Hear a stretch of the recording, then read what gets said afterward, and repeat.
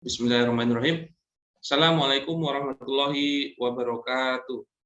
Waalaikumsalam warahmatullahi Waalaikumsalam wabarakatuh. warahmatullahi wabarakatuh. Alhamdulillahirrahmanirrahim.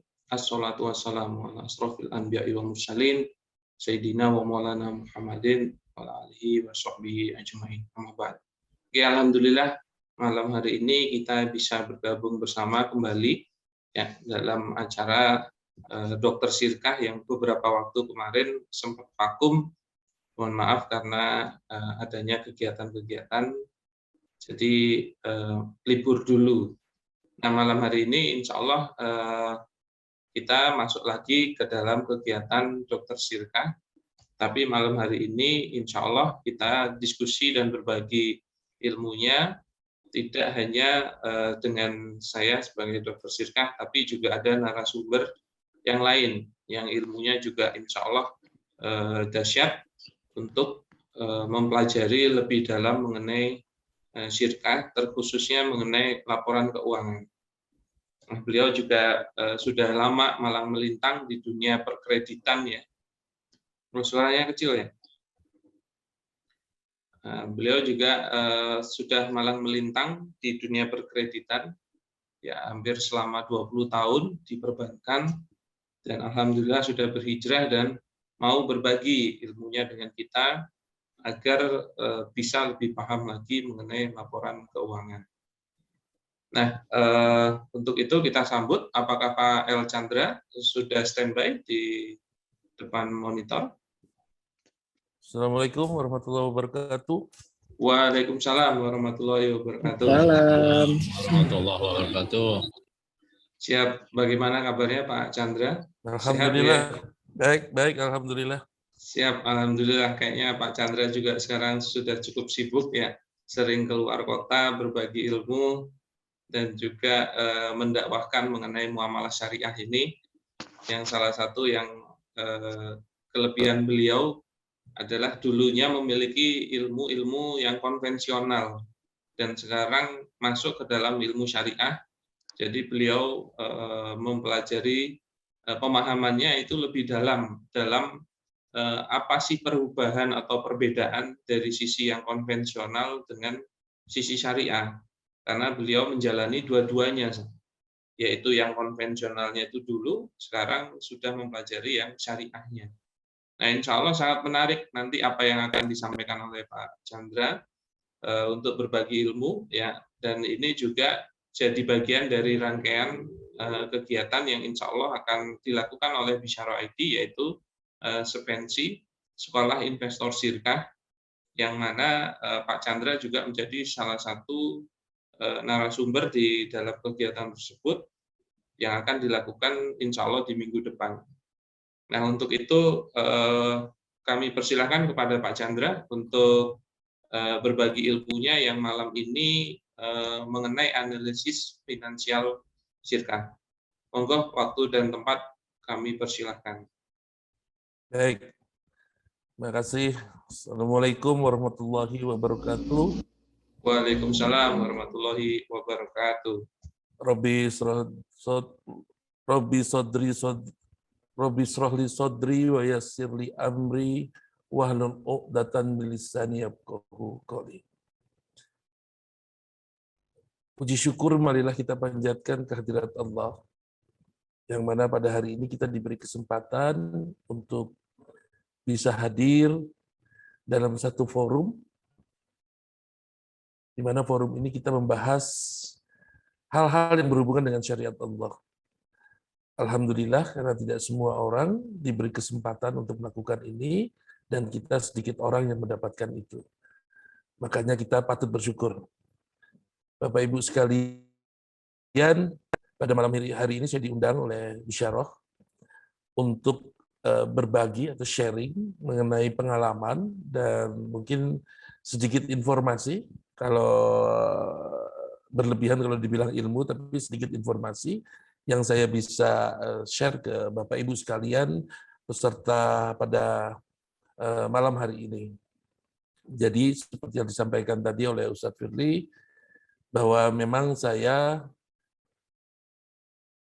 selama ini itu dari tahun 1993 sampai dengan tahun 2013 itu bekerja di lembaga perbankan, ya, dan perbankannya konvensional. Selama saya bekerja dari awal masuk ke lembaga perbankan sampai saya meninggalkan lembaga perbankan, saya itu selalu berada di bagian kredit. Jadi ngurusin kredit, ya, dari awal sampai akhir saya meninggalkan. Bahkan pada posisi akhir saya itu diamanahi menjadi kepala divisi, ya, namanya divisi risiko kredit, ya. Di perusahaan saya yang dulu, divisi risiko kredit itu job desk-nya mulai dari yang membuat kebijakan. Jadi kalau ada produk baru itu atau produk kredit itu mau dijual, maka bagian saya yang membuat policy-nya. Policy-nya itu misalnya yang diperlukan dokumen apa untuk pemenuhannya, sampai bagaimana cara menganalisanya, ya, sampai bagaimana cara menghitungnya, terus standar-standar yang bisa digunakan untuk memutuskannya.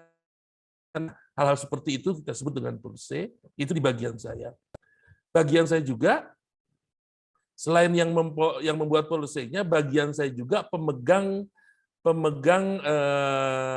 tempat pemegang rekomendasi kreditnya. Jadi bagian dari komitenya. Jadi putusan kredit harus dilakukan melalui bagian saya juga. Dan bagian saya juga, ya, yang mendapat tugas untuk memanage koleksi penagihannya. Oke. Jadi dari bikin policy-nya sampai dengan memutuskannya sampai terakhir mengkoleknya, itu di bagian risiko kredit, ya. Nah, alhamdulillah banyak yang saya dapat zaman dulu, ya.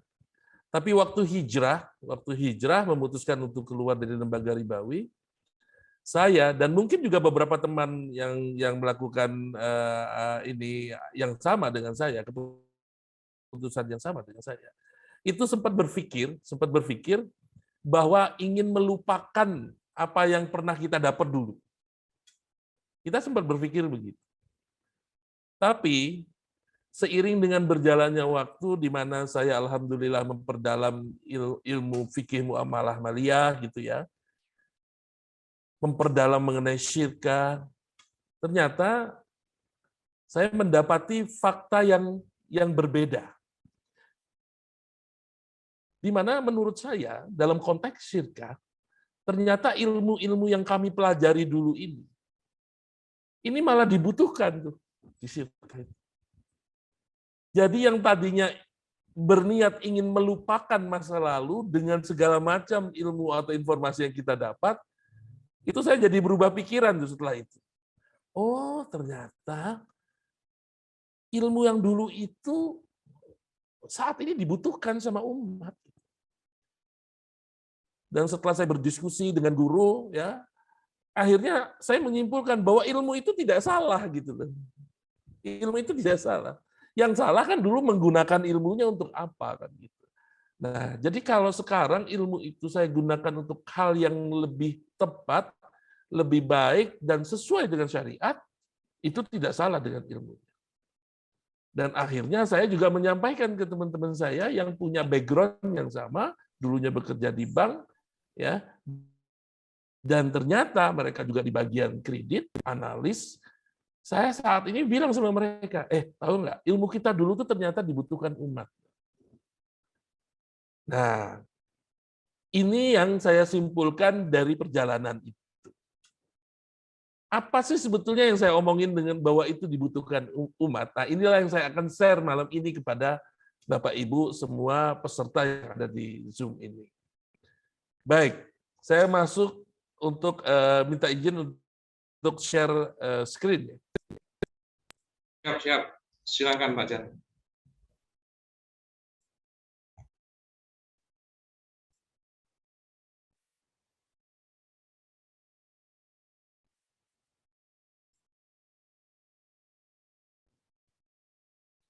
Oke.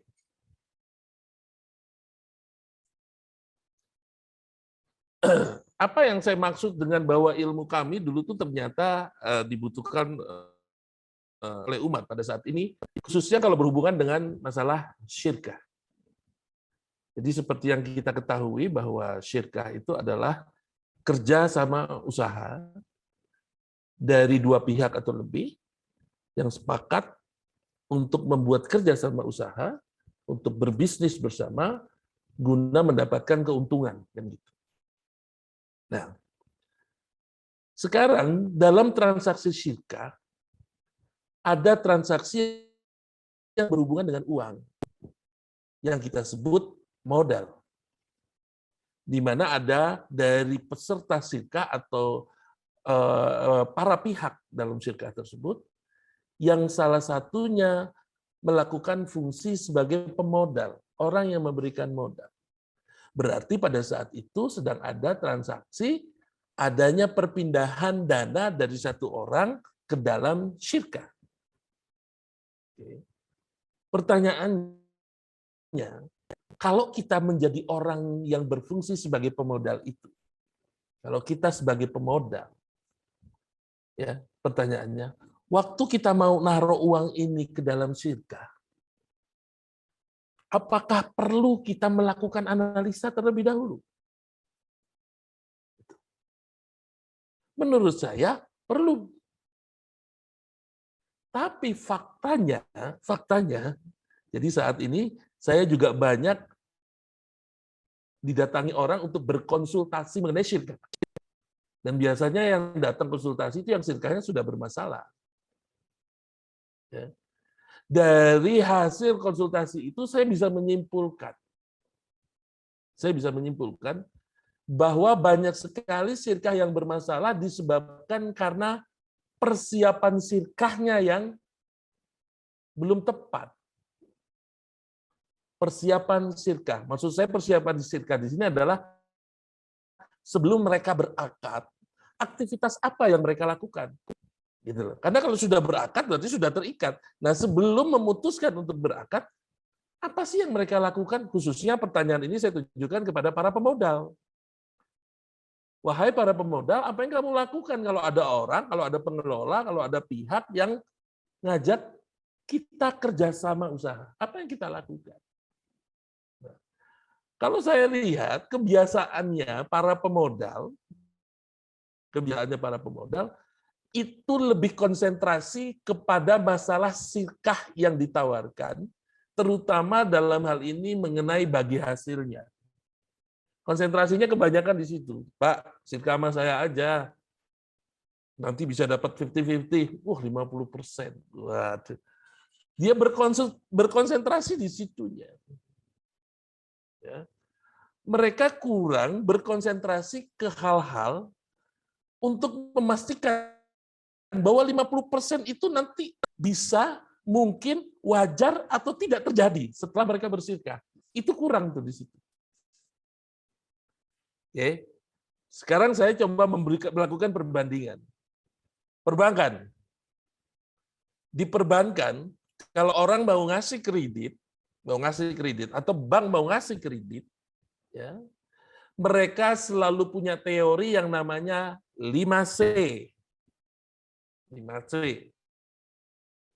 Yang pertama itu karakter. Kedua, capacity. Ketiga, collateral. Keempat, capital. Kelima, condition. Oke. 5C. Jadi perbankan kalau menganalisa, sebelum dia ngasih uang, dia menggunakan pendekatan 5C. Bagaimana penerapan 5C ini tergantung dari besaran kreditnya. Untuk kredit kecil, mikro, biasanya mereka berkonsentrasi hanya ketiga C saja, yaitu karakter, capacity, dan collateral. Hanya 3C. Kalau untuk kredit kecil dan mikro. Tapi untuk kredit yang lebih besar dari sana, mereka menambahkan dua C yang lainnya, yaitu capital dan condition. Oke. Dari 5C ini, poin terpenting atau yang menjadi pondasi dari 5C itu adalah C yang pertama, yaitu karakter. Jadi, kalau pihak bank menganalisa calon debitur, terus dia sudah dapat informasi bahwa debitur punya problem karakter, maka itu sudah sangat mungkin ditolak persetujuannya. Kreditnya mau besar, mau kecil, tapi kalau sudah ada informasi mengenai karakter yang negatif, maka bank akan menolak. Kenapa? Karena ini fondasi. Banyak orang, banyak debitur bank yang bisnisnya baik-baik saja, usahanya berjalan lancar, asetnya banyak, tapi tidak bayar kredit, tidak bayar hutangnya, tidak bayar kreditnya. Ada, banyak, bukan ada, banyak. Nah, berarti kalau debitur yang seperti ini, debitur ini punya problem karakter. Oke. Nah, kalau kondisinya ternyata isunya debitur itu masalah karakter, ini buat bank menjadi sangat sulit untuk menyelesaikannya. Kenapa? Karena sebetulnya problem debitur ini bukan kemampuan bayar, tapi kemauan bayar. Kalau orang tidak mau bayar, mau diselamatin kayak apapun, tetap dia nggak mau bayar. Itulah isu karakter. Itulah hal yang menjadi fondasi pertimbangan terpenting dari orang-orang bank melakukan analisa. Pertanyaannya, banyak nggak effort yang dilakukan untuk melakukan cek karakter? Melakukan cek karakter ini kan nggak mudah. Kenapa? Karena ini sesuatu yang abstrak sifatnya. Apakah mungkin kita melakukan cek karakter kepada debitur? Ada tuh dulu yang ngajarin cara melihat karakter debitur, katanya lihat waktu kita lakukan pembicaraan dengan dia. Dilihat, waktu dia ngomong mulutnya miring kemana, matanya ngarah kemana, nah, itu. Memang ada ilmu itu, ya. Tapi kan tidak semua pegawai bank dibekali ilmu itu. Jadi memang tidak mudah melakukan cek karakter. Tapi kalau kita lihat dari 5C tadi, cek karakter ini menjadi hal yang penting. Oke. Dan itu menjadi poin terpenting waktu bank memutuskan. Sekarang bagaimana caranya bank menyimpulkan karakter debitur kalau itu sifatnya abstrak? Disitulah bank memerlukan yang namanya BI checking. Kalau sekarang namanya SLIC. Ya. BI checking. Untuk apa sebetulnya BI checking? Jadi BI checking ini buat bank itu sebetulnya ingin melihat karakter debitur. Bank ingin melihat karakter debitur melalui data konkret, yaitu apa? BI checking. Kenapa di BI checking ada informasi mengenai historical pembayaran selama 2 tahun. Di bank manapun dia berhubungan, nanti ada historicalnya selama 2 tahun. Cara bank melihat karakter yang paling konkret adalah dengan data. Dan data yang paling bisa diakses BI checking. Saya ingin menekankan betapa pentingnya cek karakter dilakukan oleh bank. Pertanyaannya sekarang, apa hubungannya dengan Sirka? Saya tanya kepada para pemodal. Para pemodal sekalian, kalau saya bilang para pemodal, mesti sudah bersirka. Saya tanya, pernahkah bapak-bapak, ibu-ibu melakukan cek karakter kepada para pengelola? Pernah? Kalau pernah, seperti apa melakukannya? Apakah sudah optimal atau belum? Coba lihat. Yuk kita bandingkan. Ini baru dari 5C baru ngomong 1C.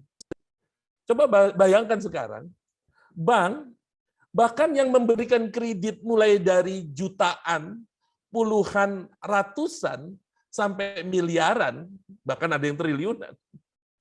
Dia sangat peduli dengan yang namanya cek karakter. Ya, dia sangat peduli dengan yang namanya cek karakter. Coba sekarang kita merujuk kepada sirkah yang kita lakukan.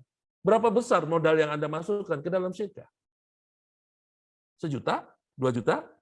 Mungkin ada yang ratusan juta. Coba bayangin, waktu kita memasukkan modal ratusan juta, apa analisa yang kita lakukan? Bahkan jangan-jangan ngecek karakter aja kita enggak. Padahal coba tadi, bank penting. Dengan cek karakter. Yuk kita lihat kondisinya sekarang. Begitu pentingnya analisa karakter buat bank. Padahal kondisinya dibandingkan dengan kita sirkah, itu sangat berbeda jauh. 1. Setelah kita ngomong cek karakter, kita ngomong C yang kedua, capacity. Pertanyaan saya, pernah ngitung capacity nggak? Apa sih yang dimaksud capacity ini? Dalam 5C, capacity itu bukan hanya kemampuan bayar, bukan. Jadi dihitung gajinya berapa, dinilai, bukan. Capacity di sini adalah kapasitas. Yang disebut dengan kemampuan bayar ini bukan hanya sekedar dia punya uang berapa, bisa bayar cicilan berapa, bukan. Tapi kemampuan dia secara individu dalam mengelola usaha. Dia punya kapasitas atau tidak? Itu C yang kedua. Pertanyaan saya kepada para pemodal, pernah menganalisa capacity kepada para pengelolanya? Kadang kita tuh sirkah. Sirkahnya kita itu karena pengelolanya kita lihat nganggur, nggak punya waktu banyak, nggak punya kerjaan. Itu yang kita ajak sirkah. Ya, amburadul sirkahnya. Kita nggak pernah tahu kapasitinya seperti apa. Kita ngomong kapasiti. Oke. Terus yang ketiga, kolateral. Bank peduli dengan kolateral. Ya, karena dia masih mensyaratkan adanya kolateral. Sekarang saya tanya, kita yang bersirkah punya kolateral? Nggak boleh kita ambil kolateral di sirkah. Karena sirkah bukan hutang. Sirkah itu modal. Oke. Kita tidak bisa menghitung kolateral dalam analisa sirkah kita. Berarti ada satu resiko yang lebih besar antara kita dengan bank. Kita sebagai pemodal dengan bank. Dia masih punya backup kolateral. Kalau kita tidak. Kalau kita mau bersirkah. Coba, sudahlah kita tidak punya backup ini. Saya nggak usah ngomong yang 2 lagi deh ya. Saya ngomongin yang 3 saja. Oke? Kalau kita nggak punya backup ini, saya tanya, menganalisa yang 1 dan 2 menjadi sangat urgent nggak buat kita? Jadi sangat urgent buat kita. Tapi apakah itu dilakukan? Nah, inilah kelemahan. Oke. Saya nggak membicarakan mengenai analisa karakter. Nggak. Kita ngomong yang capacity malam ini. Bagaimana ngecek kapasitas? Saya nggak ngomongin yang sifatnya kualitatif. Oke. Saya ngomongin malam ini hanya yang sifatnya kuantitatif. Berarti menganalisa finansial, risiko finansial dalam sirkah itu menjadi penting atau tidak? Kalau saya bandingkan dengan gambaran yang tadi, Bapak Ibu. Jadi penting? Jadi sangat penting. Lah, masalahnya tidak semua pemodal memiliki cara, memiliki ilmu, memiliki pengetahuan bagaimana melakukan analisa terhadap kapasitas. Itu toh. Tapi mau tidak mau ini harus dilakukan. Even dilakukan sendiri atau melalui pihak lain. Nah, mudah-mudahan nanti pada acara bisyarah, ya, saya akan sedikit kasih nanti caranya bagaimana sih melakukan analisa kapasiti itu, analisa finansial itu bagaimana sih caranya. Poin-poin apa yang dibutuhkan oleh para pemodal untuk melihat secara finansial syirkah itu sebelum dia memutuskan untuk bersyirkah. Oke? Nah, sedikit malam ini saya kasih gambaran garis besarnya. Apa yang kita akan diskusikan pada acara itu? Apa sih yang perlu dianalisa kan gitu. Kalau kita ngomong analisa finansial ya. Apa sih yang perlu dianalisa?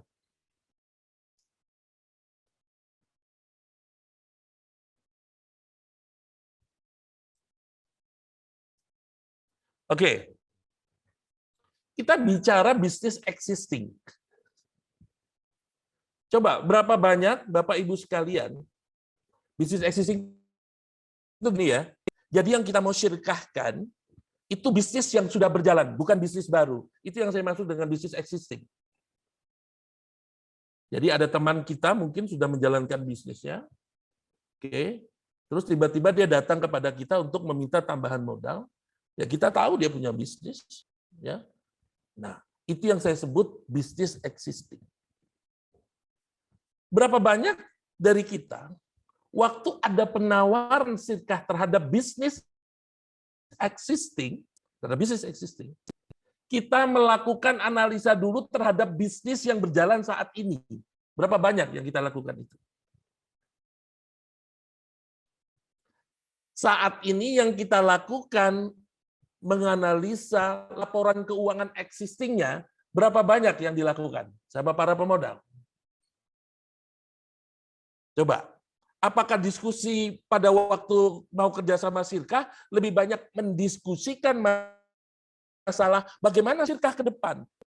Saya yakin lebih banyak ini yang dilakukan. Ngomonginnya ke depan, ke depan, ke depan. Oh, nanti proyeksinya kayak apa? Oh, bagi hasilnya sekian. Kira-kira ROI-nya gimana? Nah, itu semua diskusinya ke depan, ke depan, ke depan. Pertanyaan saya, kalau bisnis itu sudah berjalan, apakah jadi perlu buat kita menganalisa bisnis yang berjalan sekarang itu gimana? Sebelum kita bersyirkah. Itu yang saya sebut analisa laporan keuangan existing. Apa manfaatnya? Apa manfaatnya? Mengetahui kondisi bisnis saat ini. Bapak Ibu sekalian, logik wajar atau tidak? Sebelum kita bersyirkah, kita memastikan bisnisnya saat ini gimana yang mau disyirkahkan. Logik apa enggak? Menurut saya sangat logik. Bank sebelum memberikan kredit, dia akan meminta data historical. Oke. Coba lihat. Waktu bank memberikan kredit, produk bank, salah satu bentuknya produk bank itu adalah kredit angsuran berjangka. Angsuran berjangka. Di kredit angsuran berjangka, ya, setiap bulan ada kewajiban penurunan pokok pinjaman. Oke. Jadi bank melakukan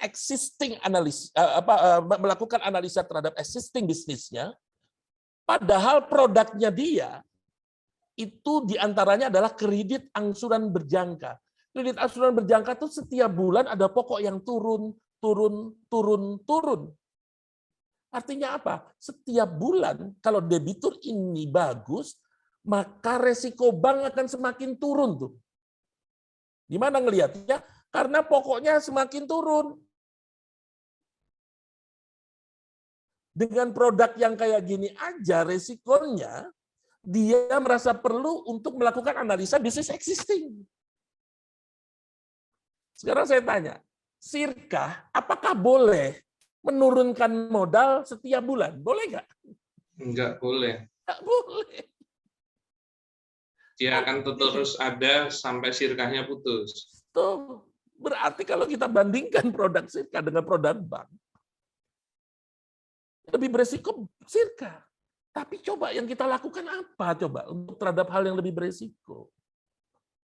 Kita merasa nggak peduli lagi ngomongin existing. Yang penting ke depannya mau gimana ini syirkah. Nah itu yang menurut saya, ini kita sedang merencanakan kegagalan.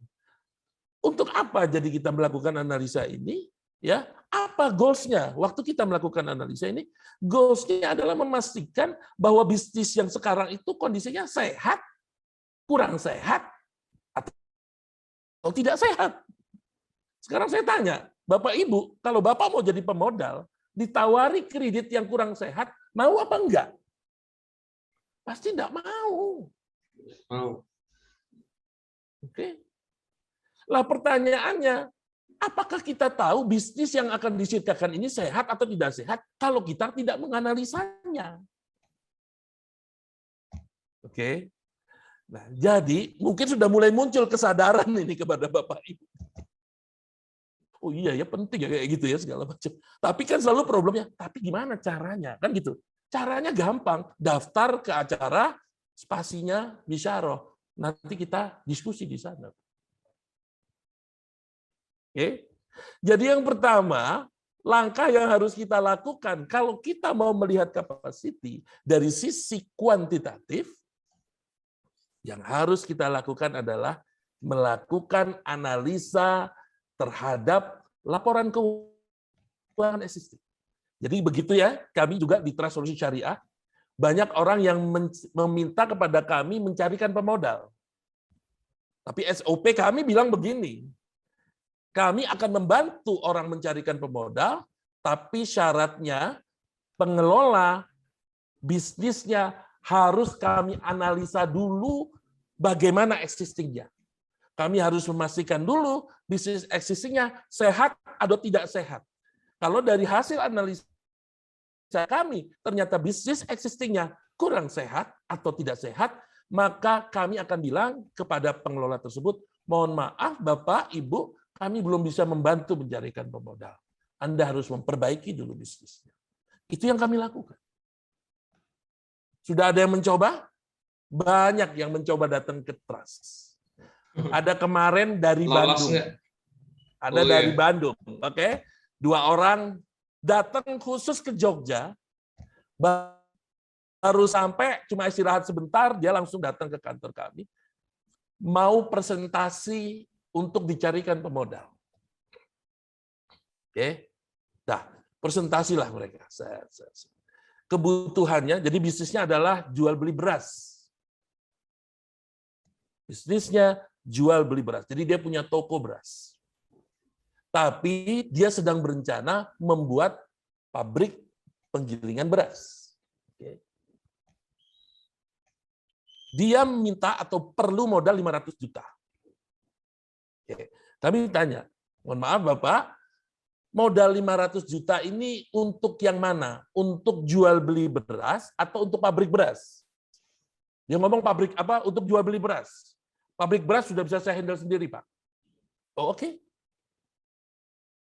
Terus dia sampaikan foto bisnisnya, jadi ada outletnya, memang kelihatan jual beras segala macam. Terus saya bilang, Bapak boleh saya ditampilkan neracanya? Oh, ternyata dia bawa neraca. Tampililah neraca. Di neraca begini informasinya. Ada sisi aktiva, di situ ada inventory, inventorinya beras. Nilai inventorinya di situ itu sekitar 250 juta. Oke. Di sisi pasifa ada piutang dagang. Ada hutang dagang, bukan piutang dagang. Ada hutang dagang. Hutang dagang nilainya 240-an juta. Jadi inventory nilainya 250 juta, piutang dagang, hutang dagang nilainya 240 juta. Terus saya tanya, Pak, mohon maaf, omsetnya berapa bisnis Bapak? Oh, omset saya 250 juta sebulan. Dan Bapak butuhnya 500 juta tambahan untuk dagang beras, saya bilang gitu. Iya, Pak. Dari neraca itu, saya bisa lihat gini, Pak, mohon maaf, itu hutang dagang, ya, hutang dagang yang Bapak punya itu hutang dagang dari siapa, Pak? Dari supplier beras, dia bilang. Coba bayangkan, bandingkan, ada inventory nilainya 250 juta, ada hutang dagang nilainya 240 juta.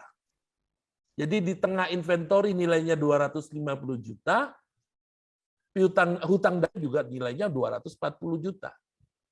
Jadi saya bilang, mohon maaf Bapak, saya boleh simpulkan nggak? Berarti saat ini Bapak itu bisnisnya tanpa modal. Saya bilang.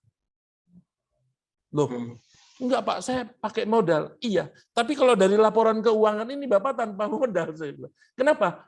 Beras yang ada di gudang Bapak sekarang itu sebetulnya berasnya supplier, saya bilang. Itu berasnya supplier yang ngasih kredit, ngasih tempo kepada Bapak untuk menjual. Bukan uangnya Bapak gitu yang digunakan untuk membeli inventory itu. Tapi itu fasilitas kredit yang diberikan oleh supplier kepada Bapak. Apalagi omset Bapak cuma 250 per bulan. Baik, sekarang saya tanya, kalau nanti 500 juta ini masuk sebagai modal, saya tanya, seberapa siap Bapak untuk menjual, 3 kali lipat. Loh, kenapa bisa 3 kali lipat? Lah iya, sekarang Bapak omsetnya 250 juta, saya bilang. Nanti kemasukan ini tambahan modal 500 juta, berarti akan ada tambahan beras masuk ke Bapak yang Bapak harus jual. Dan itu effort penjualan harus ditingkatkan.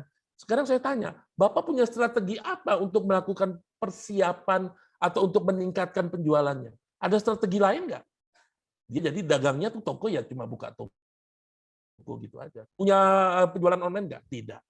Ya cuma konvensional begitu. Jadi dari situ saja saya sudah melihat ada ketidaklogikan dari permohonannya dia yang 500 juta. Terus saya bilang, ini saya belum survei loh ke tempat Bapak. Saya bilang gitu. Kenapa? Karena kalau kami mau merekomendasikan, kami harus survei ke usahanya. Ke Bandung, Pak? Iya, ke Bandung, saya bilang. Kenapa? Karena saya ingin melihat gudangnya Bapak, saya bilang. Gudang Bapak dengan 250 yang sekarang ada di inventory Bapak, itu sudah penuhnya seberapa gudangnya Bapak? Saya sedang membayangkan kalau saya ada di sana, kalau nanti ada 500 juta beras masuk, gudang Bapak siap nggak nampung beras itu?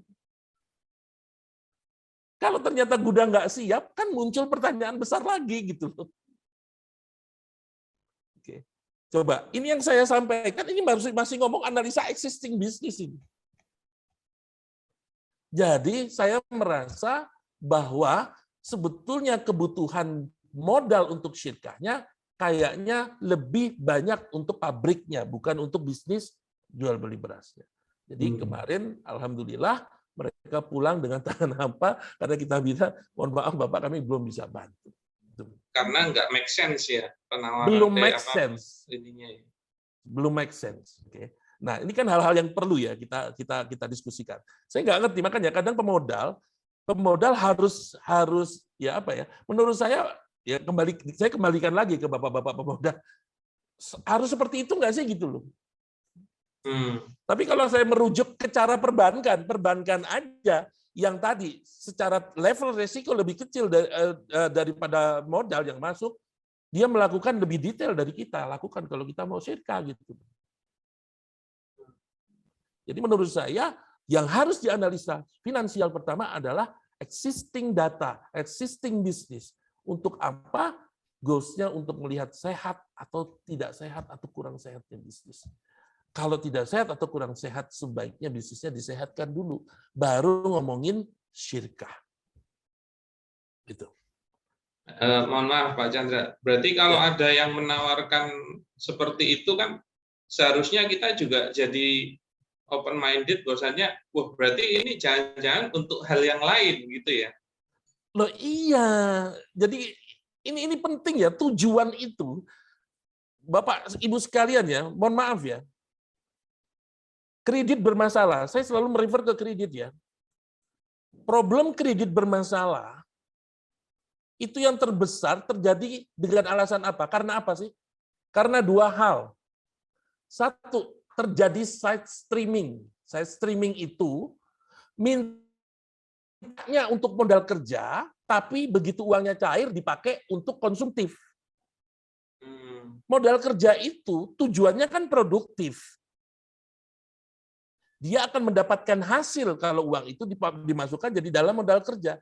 Sementara kalau tujuan konsumtif itu kan tidak mendapatkan hasil, dia akan jadi biaya kan kalau konsumtif. Maka akan berbeda dua tujuan ini. Nah, kredit bermasalah, ternyata penyebab terbesarnya adalah side streaming. Mintanya untuk A, dipakainya untuk B. Nah, itu amburadul itu kalau udah kayak gitu tuh. Nah, sekarang mungkin nggak kondisi seperti ini terjadi dalam syirkah. Hati-hati loh, ada yang syirkah perlu modal, bisa jadi modalnya sebetulnya untuk membayar utang dia. Kalau kita tidak peduli dengan, Pak, saya perlu modal 100 juta, setuju, tapi tolong di breakdown 100 juta itu untuk apa saja. Perlu nggak kita pemodal tahu itu? Sangat perlu. Waktu dia breakdown, perlu nggak kita tanya, apakah kebutuhan itu wajar atau tidak? Misal kita ngomongin, Pak, ini saya mau butuh modal 300 juta. Di mana 100 juta ini sebetulnya lebih kepada cadangan untuk membayar gaji karyawan selama 3 bulan, misalnya dia bilang gitu. Sampai di sini make sense. Gaji karyawan perlu dicadangkan, oke. Ya. Tapi pertanyaannya, apakah perlunya 100 juta? Itu yang harus diverifikasi. Bagaimana cara memverifikasinya? Yuk kita tanya, Mas, nanti rencana karyawan di syirkahnya berapa orang? 10 orang, Pak. Pertanyaannya, make sense atau tidak dia perlu 10 orang di bulan 1, 2, dan 3 dalam syirkahnya? 3 bulan pertama. Apa sih yang dia dagangin coba? Berapa sih harga dagangannya? Kan gitu. Itu kan jadi perlu di make sense-in gitu, dilihat kewajarannya. Itu. Jadi perlu kita memastikan itu. Karena jangan sampai kondisinya terjadi seperti kredit perbankan. Bermasalah gara-gara side streaming. Mungkin nggak dalam syirkah? Mungkin. Kalaupun seharusnya tidak ya. Harusnya tidak. Cuma kan kita nggak tahu, kalau kita nggak ngecek karakternya benar gitu kan. Ya, itu. Nah, berikutnya, setelah kita yakin dengan existing bisnis, barulah kita ngomong proyeksi syirkah, proyeksi ke depannya mau seperti apa. Jelas waktu itu kita sudah mulai memperhitungkan besarnya tambahan modal yang kita berikan. Dampaknya seperti apa ke depannya kalau bisnis existing-nya seperti ini. Oke, ini menjadi dasar kita mau kerjasama apa tidak. Oke, tapi begitu nanti dinyatakan syirkah, kan berarti mulai lagi tuh catatannya baru lagi. Karena ini kan 2 bisnis yang berbeda. Bisnis existing dia sendiri, tapi bisnis proyeksi atau bisnis ke depan dia bersirkah kan gitu. Oke. Karena itu kita perlu perkirakan ke depannya kira-kira akan seperti apa. Setidaknya kalau yang existing semua keuntungan untuk dia, tapi sekalinya syirkah harus berbagi keuntungan. Betul. Nah, bagaimana mereka membuat proyeksi para pengelola ini? Biasanya untuk hal tertentu kan kadang dibagus-bagusin. Yang paling gampang dibagus-bagusin itu apa? Proyeksi omset. Digede-gedein. Ya, nah pemodalnya nggak melakukan verifikasi. Itu segede gitu tuh wajar apa enggak sih? Contoh, ada bisnis martabak mau disyirkahin. Dia bikin tuh proyeksi keuangan. Di situ disampaikan perkiraan rata-rata omset seharinya 3 juta. Sehingga omset per bulan menjadi 3 juta dikali dengan 30 hari. Omset per tahun kali 12 lagi. Itulah omset, total omset yang diproyeksikan. Dalam setahun. Oke. Dalam setahun. Oke. Pertanyaannya sekarang gini. Wajar atau tidak dia menggunakan omset rata-rata sehari 3 juta itu diproyeksinya? Kan itu pertanyaannya. Kita mulai ngelihatnya gini. Misalnya dia punya usaha di Jogja. Existing bisnisnya di Jogja sudah punya 5 outlet misalnya. Terus untuk outlet ke-6, ke-7, ke-8 ya, dia ngajakin orang untuk bersedekah. Oke. Pertanyaannya dia pakai proyeksi dasarnya adalah omset rata-rata dari existing outletnya. Perlu nggak kita tahu existing outletnya itu lokasinya di mana? Apakah prime location? Satu tuh. Terus bagaimana nanti yang akan disirkahkan ke kita? Jangan-jangan yang disirkahkan ke kita posisinya sudah tidak di prime location, tapi di second location. Dia punya outlet existing di pinggir jalan utama. Terus dia ngajak sirkah dapat lokasi di perumahan misalnya. Coba lihat, dua kondisi ini akan bisa terjadi perbedaan nggak dalam perkiraan omset? Sangat mungkin terjadi perbedaan. Tapi coba bayangkan waktu dia mempresentasikan omset yang ke-6, ke-7, ke-8 ini, dia menggunakan data omset dari yang prime location. Kan jadi nggak make sense. Makanya pendekatan rata-rata itu hati-hati. Kita nggak terlalu setuju. Melakukan proyeksi itu sebaiknya lebih objektif bulan per bulan. Kenapa bulan per bulan? Karena nanti asumsinya juga bisa beda-beda. Contoh, kami kemarin membantu syirkah pembuatan satu pertasop. Kami. Alhamdulillah sudah berhasil, pemodalnya 2 orang. Oke. Waktu kami buat proyeksi, kita buat proyeksinya, bulan pertama, kedua, ketiga, keempat, dan seterusnya itu kenaikan omsetnya gradually. Set gitu. Itu proyeksi. Dasarnya asumsi. Tapi ternyata faktanya apa? Faktanya, begitu sudah berjalan, kita tanya, gimana actual datanya? Faktanya gimana? Ternyata polanya di pertasop itu gini. Set. Nah, gitu loh. Bulan pertama, kedua, ketiga itu ternyata itu bulan perkenalan lokasi ternyata kalau di pertasop. Orang belum banyak yang tahu ada pertasop di situ. Jadi bulan pertama, bulan kedua, jadi bulan kedua itu tidak langsung naik dari bulan pertama. Tidak langsung. Tapi dia datar dulu. Cuma di bulan keempat itu terjadi lonjakan yang tinggi langsung. Melebihi asumsi proyeksi kita bulan keempat. Karena kita memproyeksikannya gradual gitu. Ternyata kan dia enggak gitu. Bulan keempatnya langsung lompat. Nah, ini coba, ini kita ngambil dari pelajaran fakta ya. Ternyata karakteristik bisnisnya seperti itu. Ini kita sudah coba untuk melakukan proyeksi dengan asumsi-asumsi yang lebih realistis, tapi ternyata faktanya nggak ngomong begitu. Oke, ini hanya sekedar contoh. Jadi setelah kita ngomongin existing, baru kita ngomongin proyeksi. Seberapa perlu proyeksi? Ini yang tadi saya bilang. Jangan sampai kita ngomongin mengenai kebutuhan modal. Berapa banyak dari kita betul-betul detail ngomongin modal itu? Berapa banyak coba? Kalau kita ngomongin modal, apakah kita hanya ngomongin nilainya, besar kecilnya, kita sesuaikan dengan kemampuan kita? Wah, kalau 300 saya nggak punya dananya. Saya punyanya cuma 200. Diskusinya hanya sekitar itu, tapi nggak mendiskusikan 300 itu wajar apa enggak untuk sedekah itu. Coba. Jadi penting itu. Jangan sampai kita kejadian seperti yang tadi, side streaming. Ya.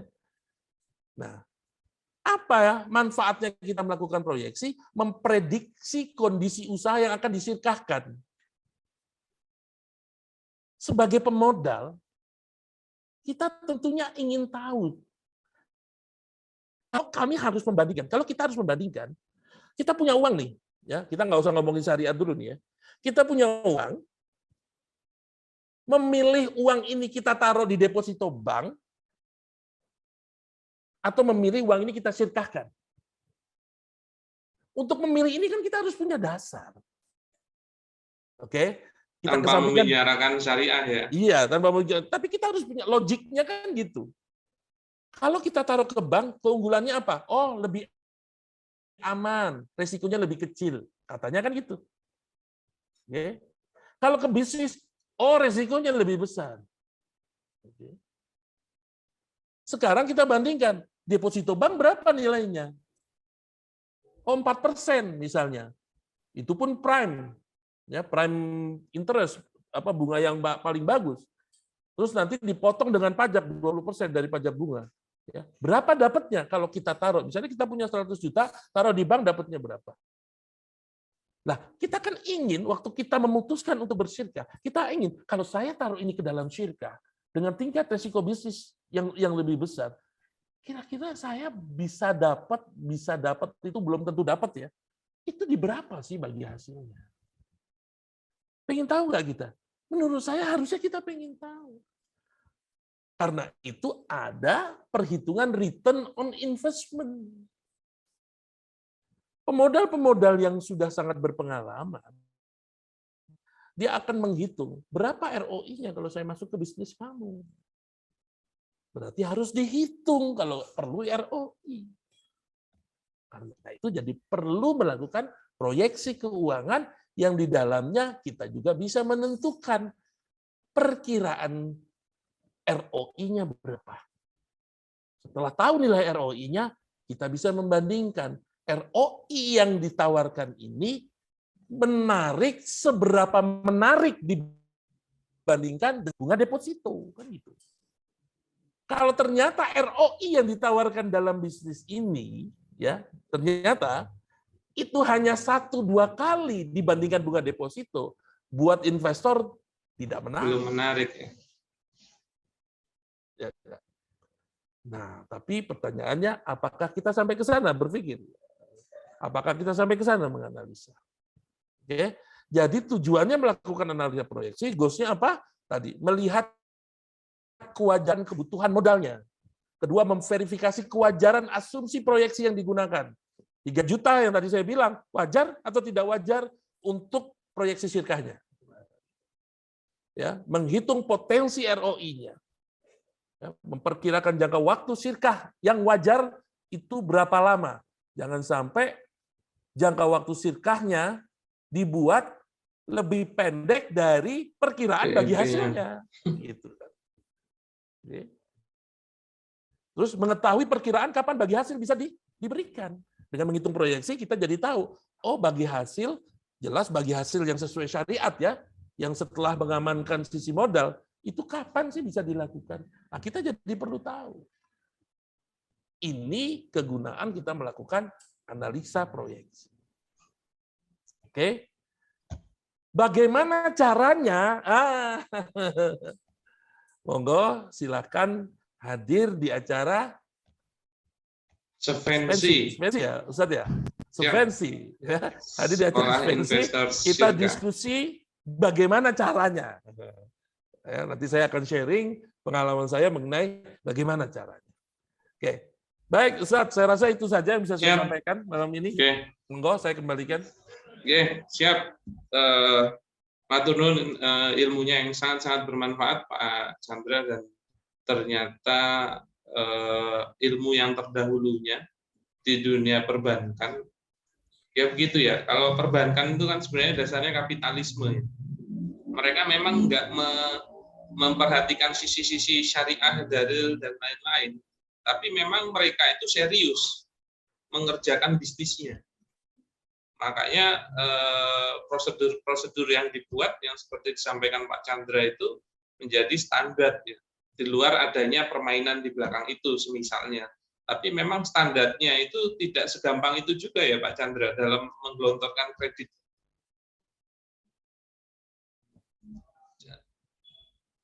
Ya, jadi kalau kita ngomong memang kan belajarnya memang tidak mudah ya. Saya ingat ya dulu saya belajar, jadi waktu masuk bank itu di bank saya waktu itu tuh ada kampus. Jadi kita diajarin dulu di sana ya, orang kredit diajarin kredit. Saya belajar kredit itu waktu berapa lama itu? 9 bulan itu belajar kredit itu. Ya, 9 bulan belajar kredit. Nah, jadi memang tidak mudah, Terus habis itu kan berada di cabang, OJT, ya ada ujian-ujiannya lagi, ya. Jadi memang kita dipersiapkan untuk itu. Nah, challenge saya itu sebetulnya bagaimana ilmu yang 9 bulan itu saya bisa share sama bapak-bapak para calon pemodal atau pemodal nih. Itu challenge-nya saya tuh, ya. Dari kemarin saya memikirkan bagaimana saya bikin materi ini, ya, materi 9 bulan gitu kan, tapi bisa diadopsi dalam waktu Sehari. 1 hari nih, ya. Ya mudah-mudahan memang tidak akan detail maksudnya karena saya juga tidak ingin mencetak jadi account officer kan Bapak-bapak kan. Saya ingin mencetak Bapak-bapak jadi pemodal yang lebih realistis dalam melihat penawaran gitu loh. Begitu juga sebenarnya kalau mau jadi pengelola harusnya juga sudah menyiapkan bahan-bahan untuk maju kepada para calon pemodal. Betul, bahkan kalau untuk pengelola menurut saya even dia nggak mau nawarin ini ke pemodal, buat dirinya sendiri kan dia merasa harusnya perlu loh. Perlu. Kalau dia serius dengan bisnisnya kan gitu. Iya. Untuk setidaknya bisnis existingnya sendiri memang memerlukan hal-hal tersebut ya. Betul. Siap. Oke, sebelum kita masuk ke tanya jawab, ada informasi terlebih dahulu ya dari kami Bisyarah IT, yaitu kita akan mengadakan 3 days exclusive workshop Solvency Sekolah Investor Syirkah yang akan diadakan Agustus 2022 ini, yang insya Allah itu di tanggal 8, 9, 10 di minggu depan. Nah, tujuannya adalah mencetak investor yang cerdas dan paham syariah, dan insya Allah diisi dengan 5 pemateri. Nah, latar belakangnya seperti yang diketahui ya, jadi pengetahuan seorang investor merupakan hal yang penting dalam bersyirkah. Pengetahuan tersebut memiliki peran sebagai fondasi utama yang akan menentukan apakah syirkah tersebut. Yang pertama itu mengenai syar'inya dulu. Yang kedua juga membicarakan tentang untung ruginya. Nah, sebagai investor tentu harusnya selektif ya dalam memberikan modal. Karena ya banyaklah cerita-cerita yang kita rekan-rekan kita, relasi kita itu sudah gelontorin berapa ratus juta, bahkan ada yang sampai 1 M. Ternyata dari sisi berakadnya salah, dari sisi bisnisnya juga merugi gitu. Nah, makanya salah satu yang malam hari ini disampaikan itu kan mengenai kapasitinya, yaitu kompetensi bagaimana bisnis pengelolanya tersebut atau pebisnisnya itu juga ideal. Nah, jadi visinya Solvency adalah mencetak investor yang cerdas dan paham syariah. Nah, misinya adalah mengedukasi syirkah yang sesuai syariah ke masyarakat luas.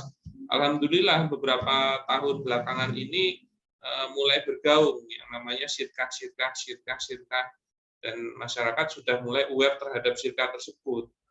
Nah, cuman juga masih banyak pengaplikasiannya yang tidak syar'i di luar itu. Nah, biasanya juga ya, mohon maaf berujung dengan permasalahan berikutnya. Kenapa? Karena memang baik dari sisi pengelola maupun sisi pemodal belum memahami ilmu syar'i mengenai syirkah ini. Dan sebenarnya belajarnya juga memang nggak bisa instan ya. Setidaknya nggak ngomongin ilmu syariah seperti yang disampaikan Pak Chandra saja, untuk melakukan ilmu kredit aja 9 bulan belajarnya. Itu pun belajar yang serius, yang bersifat rutin. Nah, ini kadang-kadang pinginnya ngerti syirkah, tolong jelasin 10 menit mengenai syirkah. Itu kayaknya memaksa sekali ya, padahal menjelaskannya nggak cukup dengan 10 menit. Alhamdulillah kami sudah mempelajari ini dan butuh waktu yang lama untuk memahami hal tersebut. Nah, kemudian mengedukasi juga syirkah sebagai solusi permodalan tanpa hutang riba. Ya, jadi biar tidak mencari modal lagi kepada mungkin perbankan dan lain-lain, yang mana itu sebenarnya dasarnya adalah hutang dan ribawi juga. Kemudian membantu para investor syirkah agar lebih cerdas memilih investasi yang sesuai syariah, nggak ngasal gitu. Sebenarnya Anda mau bicara tentang permodalan 1 juta, 5 juta, 10 juta, 100 juta, bahkan mungkin sampai miliaran juga, itu tetap itu perlu dipilih dengan cerdas. Nggak hanya ngasal gitu. Kenapa enggak mengeluarkan modal 1 juta, 5 juta tapi juga menghasilkan? Oke kan? itu juga memang harusnya menjadi tujuan orang bersyirkah. Nah, kemudian kami juga punya misi memperbanyak kerjasama syirkah untuk memperkuat ekonomi umat, ya, agar tidak mencari lagi solusi-solusi yang ribawi, biar memang memperkuat ekonomi umat. Salah satunya memang hal yang dibutuhkan itu adalah modal memang. Nah, kemudian kami juga ingin membangun yang namanya ekosistem pasar ekonomi syariah. Dengan mengedukasi muamalah-muamalah syariah ini, kami berharap kita bisa menciptakan ekosistem ini. Ya, ekosistem yang memang orang-orangnya sudah paham. Makanya nanti kalau sudah sama-sama paham muamalah syariah, itu kerjasamanya itu bisa lebih cepat gitu loh. Karena udah saling paham. Oh ini begini. Oke, ini benar, ini seperti ini. Dan juga menghasilkan, nggak hanya mengenai syar'inya saja. Bisa jadi syar'i tapi nggak menghasilkan, ya sama saja. Nah, kami berharap dana umat kalau diputer di dalam umat itu sendiri, insya Allah bisa menguatkan ekonomi umat juga. Nah, itu tujuan kami. Nah, materi-materinya ya banyak. Pertama, investasi yang tidak sesuai syariah. Ini insya Allah oleh gurunda kami, Ustadz Condro, akan disampaikan apa sih investasi yang tidak syar'i yang ada di luaran ini. Ya, karena memang cukup menggiurkan gitu loh. Apalagi generasi-generasi anak muda sekarang itu kan. Mereka banyak pinginnya ya, crazy rich, muda sudah jadi crazy rich. Yang sebenarnya ya banyak loh, saya lihat itu ya, pebisnis senior ya. Pebisnis senior yang dia sebenarnya tidak mendasarkan pada syariat. Ya, itu kayak siapa namanya? Hamka itu, ya. Itu juga dia bertanya-tanya, loh kok bisa gitu loh, sama siapa ya? Umur segitu kok udah punya uang segitu tuh menurut dia juga nggak mungkin gitu loh. Sehebat-hebatnya gitu ya. Mereka yang menjadi pebisnis senior saja melihatnya itu nggak wajar gitu loh. Tapi kok bisa? Nah, akhirnya banyak yang bermasalah juga. Makanya hati-hati karena banyak yang kepingin ya nggak terlalu banyak bekerja, nggak ribet, nggak ngapa-ngapain, pinginnya uangnya yang muter, tapi nanti dapat untungnya juga gampang dan besar gitu. Nah, itu yang harusnya nanti banyak dipelajari juga. Kemudian kita belajar tentang syirkah sebagai solusi investasi. Nah, ini yang insya Allah juga disampaikan oleh Pak Chandra, yaitu analisis bisnis yang ideal dalam investasi. Nah, terus kita juga belajar bagaimana syirkah yang sesuai syariah, insya Allah oleh saya. Nah, rundown acaranya 3 hari tersebut, ya dengan materi-materi tersebut. Kalau Pak Chandra nanti 1 hari full di hari ketiga, itu melihat titik risiko pada sebuah bisnis, mitigasi atas risiko yang ada, analisa finansial bisnis berjalan, analisa finansial bisnis baru. Nah, ini penting. Karena banyak gitu loh, saya juga menemui kadang-kadang kaget juga. Ada yang kerjasama kok langsung MM-an gitu. Yang mana yang lain itu mau nyari modal gede itu susah, dia bisa dapat gitu loh. Nah, cuman ternyata nggak pernah kalau dilihat dari sisi kompetensinya ataupun pemahaman syariahnya masih kurang gitu. Maka sebenarnya berpotensi mendapatkan pemodal yang besar itu tetap bisa kok, bisa. Cuman ya itu harapannya bisa menjalankannya sesuai syariah dan juga menguntungkan. Menguntungkan tidak hanya di atas kertasnya ya, secara realnya. Nah, investasinya ya untuk harga umumnya itu di 7.700.000 dan early bird-nya sebenarnya masih berlaku ya untuk 1 orang di 5,5 juta dan kalau untuk 2 orang mendaftar langsung di 8,8 juta. Nah, khusus yang daftar peserta malam ini akan dikasih harga khusus. Ya, yaitu per orangnya 3,5 juta saja. Nah, itu nanti bisa menghubungi admin Bisyarah di 0811 2653 523 yang ada di bawah sini. Ya, nah, nanti bisa menghubungi Bisyarah ID dan bilang peserta dokter syirkah Rabu malam. Nanti bisa diberi harga khusus di 3,5 juta. Acaranya insya Allah di Grand Rohan Jogja ya, Hotel Bintang 4, dan dari Senin sampai Rabu, insya Allah fasilitas dan benefitnya juga menarik. Nah, monggo bagi yang mau ikut masih ada waktu beberapa hari lagi. Kami insya Allah di hari Senin, Selasa, Rabu minggu depan akan berbagi ilmu mengenai hal tersebut. Ini juga salah satunya ada Mas Hanafi Rais, ya, yang dulunya ex anggota dewan. Jadi kita nggak hanya mengundang ex bankir ya, tapi juga ex anggota dewan, biar bisa menyampaikan. Dulu beliau juga sering berinvestasi, tapi zonk juga bermasalah. Nah, sekarang sudah mempelajari juga dan akan menyampaikan pengalaman-pengalaman beliau dalam hal berinvestasi. Nah, itu info dari kami ya. Silahkan kalau yang mau segera daftar itu bisa menghubungi ke admin kami, nanti saya akan berikan di chat-nya. Begitu sementara informasinya dari kami untuk ekspansi. Nah, untuk itu kita bisa masuk ke tanya jawab, mungkin ada beberapa yang mau bertanya. Nah, ini insya Allah sudah ada pertanyaan ya di kolom chat. Nah, kita lihat dulu di kolom chatnya. Nah, ini ada Mbak atau Mas ini Rainita. Assalamualaikum Pak El Chandra, izin bertanya, bagaimana cara meyakinkan investor jika usaha atau bisnis kita baru berjalan di bawah 1 tahun, yang secara performance mungkin belum sustain, tapi pengelola sangat membutuhkan modal untuk tetap running dan memajukan bisnisnya. Nah, monggo Pak Chandra, kira-kira bagaimana masukan dari Pak Chandra, silakan. Baik. Bagaimana cara meyakinkan investor gitu kan? Padahal bisnisnya baru lah kita sebut, baru jalan setahun. Ya. Jadi memang nggak mudah meyakinkannya untuk bisnis baru seperti ini. Ya. Kenapa?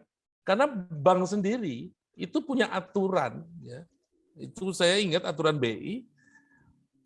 Kita itu bisa membiayai satu bisnis. Ya. Itu kalau bisnisnya sudah berjalan minimum 2 tahun. Itu peraturan Bank Indonesia dulu ya. Dulu masih zaman Bank Indonesia itu keluarnya.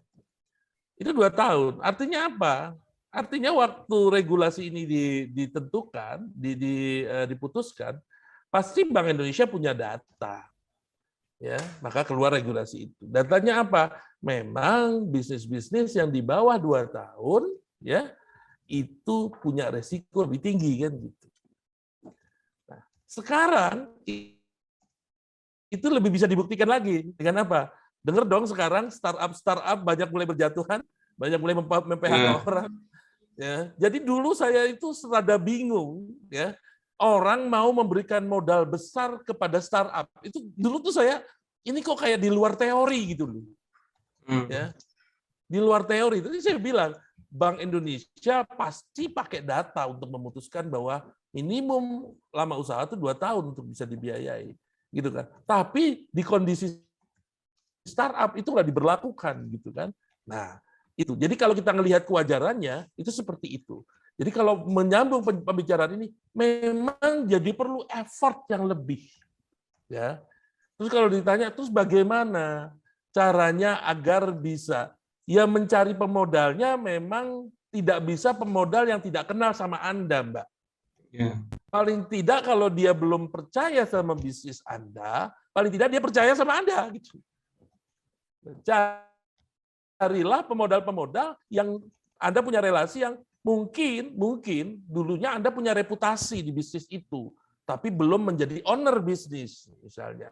Jadi dulu pernah bekerja di bidang yang sama dengan bisnis yang Anda bangun.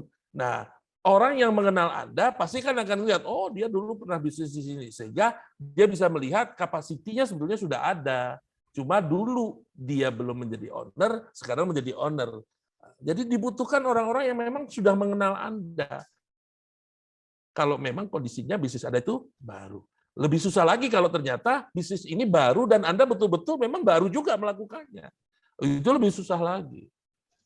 Tapi tadi saya bilang, jadi wajar nggak orang begitu mempertimbangkan kondisi bisnis itu, jadi wajar. Wajar. Ya, itu yang pertama. Terus yang kedua, bagaimana untuk meyakinkan investor? Ya jelas kalau bisnisnya baru, minta modalnya ojo neko-neko. Karena kadang ada pengelola itu yang wah ambisius, segera kepingin bisnisnya besar, ya akhirnya minta modalnya itu juga Berlebihan, ya. besar gitu loh. Ya orang kan butuh kepercayaan. Mungkin kalau kecil bisnis baru dia masih bisa mempertimbangkan karena dia siap dengan resiko ruginya gitu loh. Kalau rugi pun cuma segitu gitu kan. Akhirnya dia lebih berani gitu loh. Tapi kalau sudahlah baru mintanya besar, ya ini semakin tidak realistis akhirnya. Mungkin itu yang saya bisa sarankan. Siap-siap. Untuk Mbak untuk Mbak Rainita, apakah sudah terjawab atau masih ada yang mau ditanyakan lagi? Silakan. Sudah, insya Allah cukup, Pak Ustadz, Pak El Chandra, terima kasih banyak. Sama-sama, Mbak. Siap. Nah, jadi terkadang itu kita itu bisa jadi over PD dengan bisnisnya juga, hati-hati ya. Jadi kalau mau membuat proyeksi ya memang proyeksinya yang make sense dan biasanya dia memang nggak langsung tinggi gitu. Nah kalau udah ada existing sebenarnya yang kemarin-kemarin bisa jadi rujukan. Nah tinggal dibuat yang memang masuk akal, wajar. Nah plus memang yaitu salah satunya cari pemodal yang sudah kenal itu lebih mudah daripada yang memang kita open peluang. Karena kalau menurut saya bisnis dengan itu belum bagus secara sistemnya itu ya jangan open permodalan dari luar ya. Karena itu sangat-sangat riskan. Ya hati-hati juga kalau Anda mau masuk ke crowdfunding itu juga hati-hati karena biasanya itu yang maju itu pengepul modalnya bukan pelaku bisnisnya, padahal kita perlu mereview bisnisnya. Nah itu insya Allah kita harus berhati-hati, kalau berhati-hati nggak segampang itu. Nah kemarin ada tuh relasi kami juga ngobrol-ngobrol gitu kan. Nah, dia juga ngomong tuh, kemarin kan waktu zaman 212 itu lagi wah hot-hotnya itu kan banyak yang menggunakan giroh Islam untuk menyatukan modal gitu loh. Tapi akhirnya amburadul juga gitu loh, dan banyak yang tertarik gara-gara ada giroh 212-nya itu kan. Nah, maksud saya jangan mendasarkannya pada hal tersebut, dan sebenarnya sama dengan takrif syar'i dari syirkah itu because diribti yang tujuannya adalah mendapatkan keuntungan. Maka saran saya kalau mau syirkah itu memang murni mengenai Anda untuk bisa mendapatkan keuntungan, jangan dijadikan tujuannya yang berbeda gitu. Makanya akhirnya hitung-hitungan aja. Bukan karena oh saudara, bukan karena juga teman baik, bukan karena apapun gitu ya. Atau yang tadi katanya Pak Chandra, oh orangnya nganggur. Ya, tapi memang tujuan utamanya bagaimana bisa mendapatkan profit. Soalnya memang butuh giroh gitu loh dalam menjalankan bisnis itu butuh motivasi. Nah, salah satu motivasi terkuat itu adalah keuntungan. Nah, kalau keuntungannya aja nggak ada itu nanti lama-lama melempem. Nah, kalau udah melempem, ya kalau ketemu pengelola ya nggak bagi hasil ya nggak untung-untung gitu loh. Dia udah jalanin nggak untung-untung, itu memang motivasinya turun. Kalau udah motivasinya turun, dia mulai nggak maksimal. Nanti kalau udah mulai nggak maksimal, dia mulai mikirin bisnis yang lain. Nanti kalau akhirnya mikirin bisnis yang lain, semakin ketinggalan itu bisnis yang awal, bisa lama-lama ditinggal beneran. Akhirnya kan kasihan uang pemodalnya kan. Begitu gambarannya. Nah kita beralih ke pertanyaannya yang berikutnya. Ini dari Dian Sulistiadi, izin tanya Pak El Chandra, laporan keuangan bisa disusun dan dipermak oleh ahli keuangan. Bagaimana memastikannya bahwa nilainya valid jika nilainya tidak audited lembaga audit? Monggo Pak Chandra. Boleh diulang? Saya laporan keuangan bisa disusun. Laporan keuangan bisa disusun dan dipermak oleh ahli keuangan. Bagaimana memastikannya bahwa nilainya valid jika nilainya tidak audited lembaga audit? Atau Pak Dian Sulistiadinya apakah bisa online, bisa aktif? Silakan. Atau monggo Pak Chandra kalau sudah memahami Udah pertanyaannya. nangkep. Jadi memang kalau kita ngomong analisa, ya analisa itu ada ilmunya, memang ada ilmunya. Tapi ilmu itu akan lebih powerful kalau dilengkapi dengan jam terbang, ya dilengkapi dengan jam terbang. Kenapa kok jadi perlu jam terbang gitu ya? Karena jam terbang itu ternyata dibutuhkan untuk melihat sense kewajaran. Ya. Dan dalam analisa laporan keuangan ada yang namanya rasio, analisa rasio. Analisa rasio itu banyak digunakan ya untuk salah satunya melihat kewajaran. Misal ada orang punya bisnis jualan sembako grosir. Dari laporan keuangan yang disajikan, ternyata di situ terlihat besarnya laba bila dibandingkan omset, nilainya 30% rasionya. Coba kita lihat ya. Bisnisnya itu sembako grosir. Untung bersihnya 30%. Saya tanya wajar atau tidak wajar? Enggak wajar harusnya kalau grosir. Ini tidak wajar gitu loh. Kenapa? Karena tidak sesuai karakteristik bisnis. Jadi, kalau dilihat dari pertanyaannya tadi, mungkin nggak sih itu dimanipulasi? Mungkin. Sangat mungkin. Pengelola bisa bayar siapa saja untuk membuat laporan keuangan itu menjadi indah kan gitu. Ya. Nah, perlunya kita belajar analisa ini untuk melihat selain melihat nilai juga melihat kewajarannya. Sewajar apa? Apakah nilai yang ditampilkan di situ wajar atau tidak? Itu bisa dilakukan. Ya. Nah, pertanyaannya sekarang problemnya tidak semua orang bisa melakukan itu gitu kan. Nah, menurut saya perlu memang ada teman-teman yang membantu ini dengan niat baik ya. Niat baik itu maksudnya kayak kami ya di Trust. Jadi Trust itu sekarang banyak melakukan fungsi ya, mediasi, tapi betul-betul memediasi.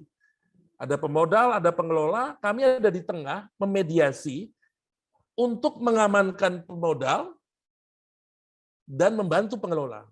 Karena ada pengelola bagus, tapi ternyata dia tidak bisa mengeksplor kebagusannya itu dalam bentuk angka misalnya, dalam bentuk presentasi. Kita bantu di situ. Ya, padahal bisnisnya bagus sebetulnya. Ya, tapi juga kami punya kepentingan untuk mengamankan pemodal. Nah, dari dua fungsi ini kami betul-betul harus objektif. Ya, karena itu sebaiknya ya yang membuat proyeksi keuangan harusnya pengelola. Dan kami betul-betul harus pemandu. Kalau dia tidak bisa, kita akan pandu. Kalau dia ternyata sudah mentok nggak bisa minta bantuan kita, ya kita yang membantu harus betul-betul objektif. Tidak bisa memanipulasi hanya untuk kepentingan tertentu agar modal itu masuk, nggak bisa. Nah, apa motivasinya? Motivasinya kita ini lembaga syariah gitu loh. Jadi itulah gunanya memiliki motivasi kita bertransaksi bukan hanya sekedar ingin bertransaksi, tapi ingin bersyariah. Sehingga semua pihak yang terlibat dalam transaksi, kalau motifnya ingin bersyariah, insya Allah masing-masing akan amanah gitu loh. Ya, ini yang harus kita cari. Dan kita yang mengaku lembaga syariah, modalnya tuh harusnya itu. Keamanahan itu modal buat kita. Nah, sekarang bagaimana nih kalau ternyata dapat laporan keuangan? Ya itu tadi, belajar sendiri atau mencari lembaga-lembaga yang kita lihat memang dia ingin menerapkan syariah untuk membantu. Ya silakan bisa digunakan. Itu cara memitigasinya. Siap.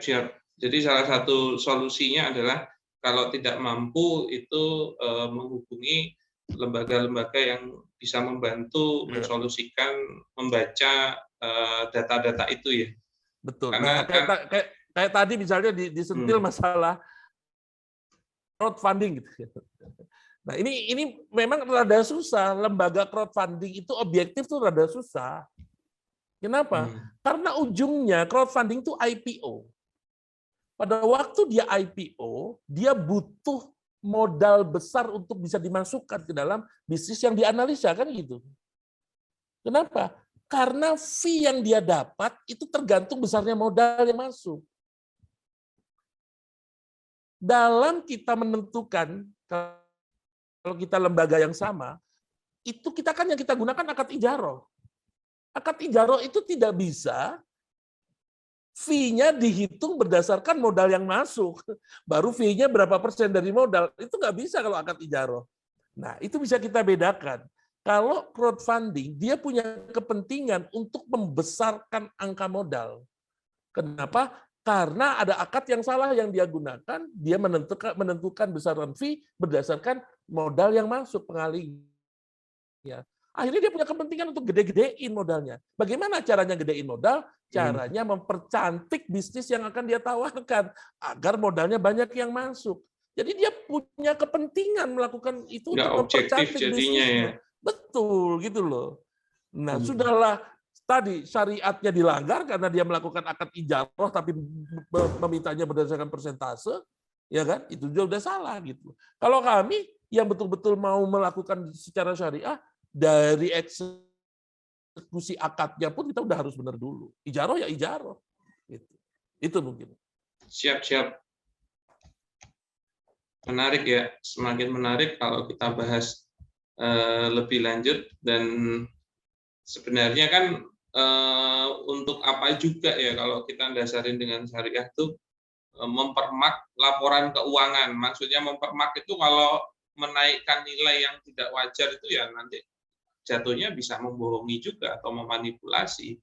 Nah, yang terpenting itu sebenarnya pengelola itu ya, yang harusnya dipahami oleh pengelola. Itu kalau ada uang modal masuk, itu bukanlah keuntungan untuk si pemodal. Bukan capital gain gitu loh. Itu modal yang harusnya dikelola, diputar dulu, nanti kalau jadi untung dan dibagi hasil, itulah baru haknya pengelola. Jadi bukan terus nerima itu jadi uangnya pengelola gitu, bukan, karena itu uangnya sirka. Makanya sebenarnya hati-hati dalam melayangkan nilai modal. Kenapa? Karena lebih baik memang modal yang memadai itu penting ya, tapi jangan juga over modal. Karena apa? Karena yang akan menjadi beban itu malah semakin besar, modal itu semakin besar beban si pengelola. Dan itu belum capital gain gitu loh. Buat si pengelolanya itu belum bisa dipakai untuk uangnya sebagai milik diri sendiri. Makanya hati-hati dalam meminta nilai modal. Dan seharusnya kan jadi modal itu berbanding lurus dengan risiko. Semakin besar modal, maka risiko semakin besar. Nah, seharusnya kita bermain aman dalam risiko juga. Maka yang pasti kalau modalnya semakin besar, itu pressure-nya pasti lebih besar. Makanya dapat modal gede itu bukan malah seneng. Kenapa? Karena urusannya amanahnya semakin besar kan, karena risikonya semakin besar. Nah, yang dikhawatirkan apa? Kalau minta modalnya terlalu besar, gini, setelah modalnya masuk, nggak lama, mohon maaf, pengelolanya ganti mobil, ya kan, terus kendaraannya baru, rumahnya baru, gadgetnya baru. Nah, itu perlu tanda tanya itu. Jangan-jangan ternyata dia memang ada kebutuhan untuk pribadi, tapi dia majunya dalam bentuk sirka. Nah, itu juga harus pintar, dan sense itu memang penting, dan itu memang ya Pak Chandra, jam tayang ya. Jadi memahami sense ini itu memang pengalaman ya. Kalau mau dipelajari secara ilmunya kayaknya juga nggak ada secara langsung ya memahami hal tersebut. Siap, kita masuk ke satu pertanyaan lagi.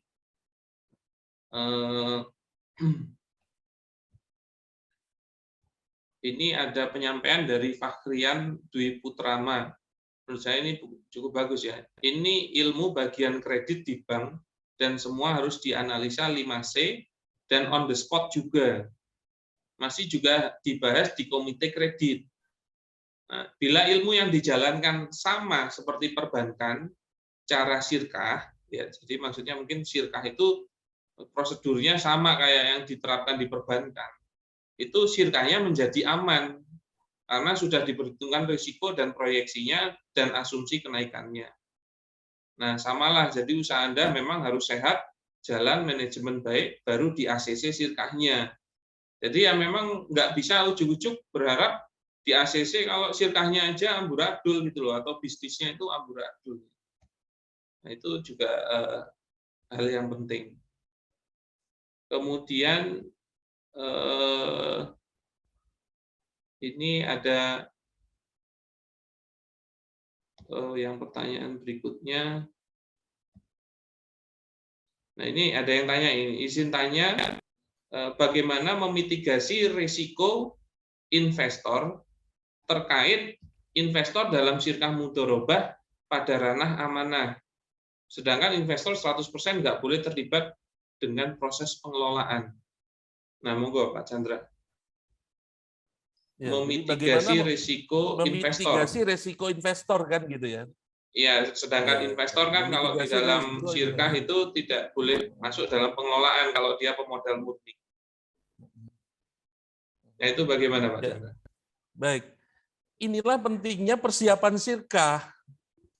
Ini yang kadang orang suka keburu-buru bersirkah. Padahal menurut saya persiapan sirkah itu bagian dari mitigasi sirkah. Apa persiapan sirkah? Ya termasuk ini, bagaimana kita menganalisa reputasi dari si pengelola, bagaimana kita menganalisa kapasiti dari si pengelola. Ya, itu hal yang perlu, sangat perlu bahkan menurut saya. Jadi bagaimana memitigasinya? Pertanyaannya itu jawabannya persiapan sirkahnya harus benar, ya harus terstruktur, jangan tergesa-gesa. Kebanyakan sirkah yang bermasalah itu tergesa-gesa kok, ya tergesa-gesa, entah siapa yang ngedorong, pokoknya udah cepet-cepetan aja kan gitu. Ya itu yang jadi akhirnya jadi bermasalah. Oke, jadi memang pemodal itu kewajibannya memberikan modal, tapi dia tidak boleh mengintervensi usaha. Makanya dia harus memastikan memberikan modal ini ke orang yang tepat kan gitu. Siapa orang yang tepat itu? Satu orang yang memang punya amal, ya, yang punya reputasi, punya skill, kan gitu. Nah, kalau kita nggak peduli dalam melakukan ini, ya berarti kita sedang merencanakan kegagalan sirkah kita. Jadi mitigasinya di persiapan sirkahnya itu. Siap. Nah, itu menjadi hal yang penting. Jadi persiapan sebelum sirkah ini memang boleh dibilang masa-masa ta'arufnya gitu ya Pak Chandra ya. Dan itu harusnya sebelum berakad itu sudah didiskusikan terlebih dahulu. Dan jangan parno gitu loh. Menurut saya memang seorang pengelola mau nggak mau ya dia harus meluangkan waktu atau energinya untuk meyakinkan pemodalnya. Jadi ya ayo dijelaskan. Dan semisalnya sudah dijelaskan habis-habisan dipersiapin, nggak jadi deal, ya anggap aja itu memang sebuah sunatullah yang harus dilakukan, ikhtiar yang harus dilakukan. Jangan terus, wah nanti tak jelasin gini-gini nggak jadi yo, ngapain? Nah berarti dia sendiri belum niat beneran kan dalam melakukan hal tersebut. Nah insya Allah nanti persiapan bagaimana membaca analisis keuangan itu akan disampaikan oleh Pak Chandra ya di acara pensi tadi ya insya Allah tanggal 8, 9, 10 ya acaranya di Jogja. Nah, monggo bagi yang mau belajar lebih lanjut ya. Nah, ini materinya Pak Chandra cukup banyak di 4 sesi. Nah, ini ilmu yang disesuaikan dari ilmu yang dulu diperbankan dengan bisa diaplikasikan dalam sirkah. Dan menurut saya ini tidak hanya dibutuhkan oleh pemodal saja, pengelola pun harusnya sudah memikirkan apa-apa saja yang diperlukan dalam mencari investor. Nah, semoga nanti bisa menjadi ilmu yang bermanfaat untuk dibagi di acara Sepensi. Nah, karena sudah jam segini, mungkin kita cukupkan sekian, Pak Chandra. Insya Allah kita akan ketemu di Sepensi minggu depan. Nah, mungkin ada closing statement dari Pak Chandra. Monggo. Baik, saya cuma ingin mengingatkan kepada para rekan-rekan semua yang ingin bersyirkah. Saya ingatkan bahwa syirkah itu bagian dari syariat Islam. Jadi kita jadi apapun dalam syirkah itu, jadi apapun, kita punya moral obligation untuk memastikan bahwa syariat Islam itu berdampak baik. Jadi satu, lakukanlah dengan cara yang baik. Kenapa? Karena kalau kita salah melakukannya, orang kadang tidak menilai kesalahan kita, tapi yang dia lihat adalah syirkah sebagai syariat itu ternyata tidak memberikan solusi, gitu loh. Dan itu berat buat kita. Jadi kita sebagai apapun perlu berpikir untuk mensukseskan penerapan syariat, gitu. Dalam hal ini syirkah. Ya, oleh karena itu perlu. Yang masih belum punya ilmu, mencari ilmunya untuk belajar. Yang masih perlu dibantu, jangan ragu-ragu untuk bertanya kepada orang-orang yang sudah lebih tahu. Itu. Demikian dari saya. Mohon maaf kalau ada kalimat saya kurang berkenan. Mudah-mudahan manfaat. Wassalamualaikum warahmatullahi wabarakatuh. Saya pamit lebih dulu keluar. Siap-siap Pak Chandra. Terima kasih atas ilmu yang sudah diberikan. Dan semoga menjadi ilmu yang bermanfaat dari kita semua. Nah, itu tadi satu hal yang penting, yaitu persiapan sebelum bersyirkahnya. Ya. Karena sedikit cerita, dulu pernah ada yang datang juga ke bisyarah, ya, ada beberapa orang itu mau syirkah gitu loh. Dan itu teman-teman ngaji juga sebenarnya. Nah, mau syirkah inan. Jadi semuanya pengelola dan pemodal. Terus kami mau syirkah, apa yang harus kami lakukan? Terus saya sampaikan, oke, kalau mau berakad syirkahnya nanti bisa saya bantu, saya dampingi. Tapi kita harus ngobrolin dulu, ini mau bisnis apa dan bagaimana. Nah, saya minta itu FS-nya, feasibility study terhadap bisnisnya itu, proyeksi bisnisnya bagaimana. Ternyata belum dipersiapkan sama sekali. Nah, ini kan fatal sekali. Loh, belum dibuat, belum. Bahkan dia nanya FS ki opo gitu loh. FS itu feasibility study tentang bagaimana nanti mau berbisnisnya. Nah, ternyata mereka belum buat. Terus saya request, ya udah kalau serius dibuat dulu.